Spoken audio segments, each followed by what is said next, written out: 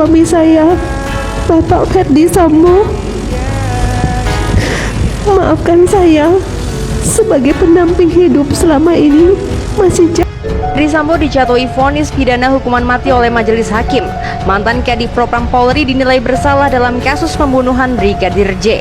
Yang memberatkan Sambo adalah korban adalah mantan ajudan yang sudah kerja selama 3 tahun. Vonis ini lebih tinggi dari tuntutan jaksa penuntut umum yang sebelumnya, yakni penjara seumur hidup. Gimana menurutmu guys? Komen di bawah ya. Terdakwa Ferdi Sambo SIK MH telah terbukti secara sah dan meyakinkan bersalah melakukan tindak pidana turut serta melakukan pembunuhan berencana dan tanpa hak melakukan tindakan yang berakibat sistem elektronik tidak bekerja sebagaimana mestinya yang dilakukan secara bersama-sama,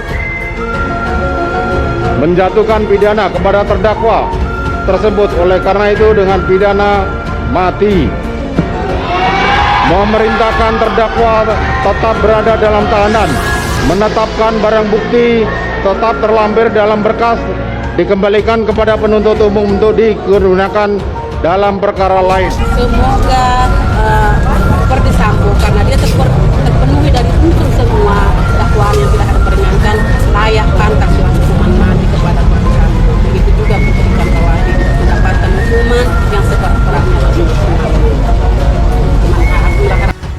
Untuk suami saya, Bapak Ferdi Sambo, maafkan saya, sebagai pendamping hidup selama ini masih jauh dari sempurna. Tidak ada kata yang bisa menggambarkan bahwa betapa bangga dan bahagianya saya mempunyai pasangan hidup yang sangat berjiwa besar, tegar, dan sabar dalam hidup. Doa terbaik selalu mengiringi langkah Papa sepanjang masa. Dia sudah membantu. Saya sudah bilang dari awal nih, kalau Richard tidak jujur, di awal dikenain pasal berapa sih? 338, ancaman maksimal 15 tahun. Kalau dia tutup mulut saja, ya terima duit Sambo, selesai barang itu. Dia cukup mempertanggungjawabkan mungkin 6 tahun, 7 tahun, 5 tahun. Ya. Belum dipotong PB. Dia pakai itu nggak? Enggak.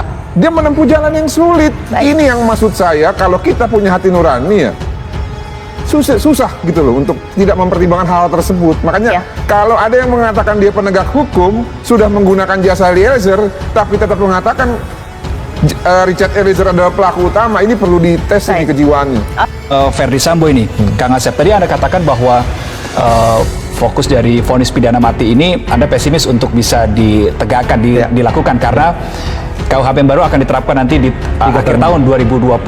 Lalu apa yang bisa dijaminkan supaya masyarakat ini, pasti ada tuntutan masyarakat supaya vonis pidana mati ini tetap dilakukan? Ya, kita kan selalu sila kedua lah kemanusiaan adil dan beradab. Yang penting keadilan ditegakkan. Artinya bagi orang yang berbuat jahat dilaksanakan putusan mati.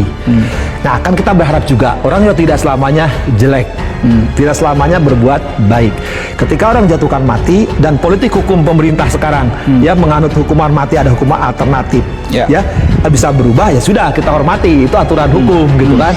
Tapi setidaknya ya sebagian besar, kita tidak benar mengatakan seluruh anak rakyat Indonesia kan, nanti tanya publik yang mana, terpuaskan hari ini kalimatnya huruf bukan angka. Walaupun jujur aja saya detik terakhir termasuk yang pesimis ya, bahwa tidak akan huruf tapi angka. Walaupun di awal sebenarnya kalau saya hakimnya saya matiin, gampang kok itu kalimat saya kan. Tapi ternyata sekarang sejarah itu membuktikan mati, dan kalah kemudian misalkan ya kita berharaplah semua orang juga telah berbuat, pasti berbuat salah ya, ada ya kebaikan-kebaikan dilakukan. Ya minimal kebaikan tuh membuka aib. Sebenarnya ada apa di institusi tersebut. Supaya polisi kepolisiannya bisa bersih gitu kan. Kita dukung presisinya Kapolri gitu kan. Bahwa ternyata bisa dibersihkan. Ya. Kita akan bersyukur gitu. Baik. Kang Asep, tadi pada saat membacakan analisis yuridis ya oleh pihak hakim ketua bahwa pelecehan seksual kalau kita tadi ikuti ini tidak ada bukti yang valid, tidak ada bukti yang kuat. Ini apakah berarti mengindikasikan Putri berbohong sehingga nanti dampaknya adalah nanti divonis bagi Putri Candrawati hari ini? Ya, kalimat pertimbangannya bagus sekali tuh majelis hakim ya, mengatakan bahwa tidak ada bukti-bukti mendukung. Kan sering saya katakan, kan awalnya pelecehan seksual, berubah ke kekerasan seksual, berubah perkosaan, berubah dibanding. Lebih hebat lagi nih, JPU-nya ngarang lagi. Ada perselingkuhan. Nah, kalimat pertimbangan bagus. Tidak ada bukti yang mendukung, apalagi lebih dari itu.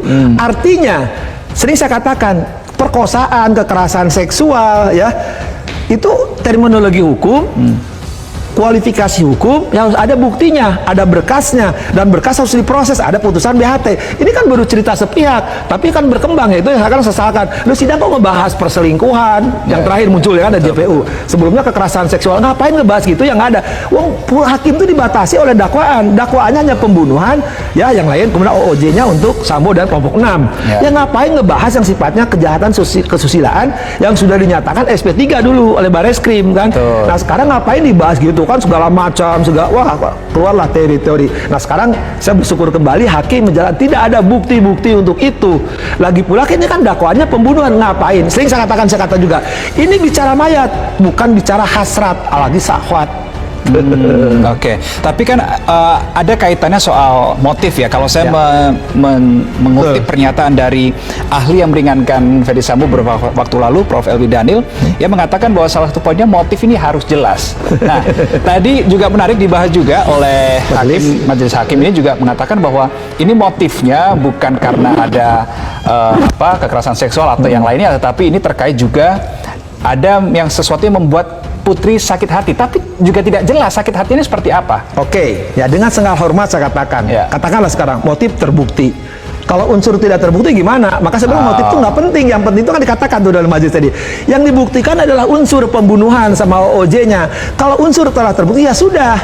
Ngapain membuktikan motif gitu kan? Nah kan motifnya juga tidak ada buktinya. Kalau tadi katakanlah kekerasan seksual, pelecehan seksual itu dilakukan, ya nggak ada bukti yang mendukung. Jadi ngapain ngebahas syahwat ya, sedangkan yang dibicarakan mayat gitu.